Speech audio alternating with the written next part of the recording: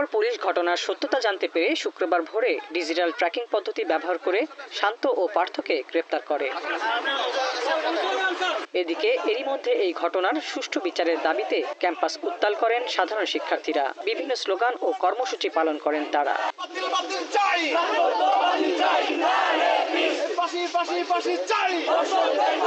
আমরা এখন রেফিজির সাথে ক্লাস করব না, আমরা ওর সাথে ওর ফেসই আমরা দেখতে চাই না। বিশ্ববিদ্যালয় থেকে তাদেরকে যেন আজীবনের জন্য বহিষ্কার করা হয় এবং বাংলাদেশের আইন মোতাবেক যেন তাদেরকে সর্বোচ্চ শাস্তি ব্যবস্থা করা হয়। নট জাস্ট ডিপার্টমেন্ট, পুরো ভার্সিটি ক্যাম্পাস থেকে যেন তার আজীবনের মতো বহিষ্কৃত হয়। শাবিব কবির এই দর্শকদের শাস্তি যাতে সারা বাংলাদেশে একটা উদাহরণ সৃষ্টি করতে পারে। পুলিশ জানায় প্রাথমিক তদন্তে তারা জানতে পেরেছেন ঈদের আগে সুরমা আবাসিক এলাকায় একটি মেসে ওই শিক্ষার্থীকে ডেকে নিয়ে যায় শান্ত ও পার্থ। পরে অচেতন করে নির্যাতন করে এবং সেই ভিডিও রেকর্ড করে। মেয়েটিকে একথা প্রকাশ করলে ওই ভিডিও ইন্টারনেটে ছড়িয়ে দেবে বলে ভয় দেখায় তারা।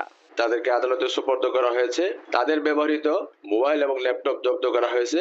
এগুলোর ফরেনসিক করানো হবে। নারী ও শিশু নির্যাতন দমন আইন 2000 সংশোধনী 2003 এর 9-3 ধারা এবং পর্নোগ্রাফি নিয়ন্ত্রণ আইন 2012 এর 8-1, 8-2, 8-3 ধারায়। বর্তমানে অভিযুক্ত দুজনই পুলিশের হেফাজতে রয়েছে।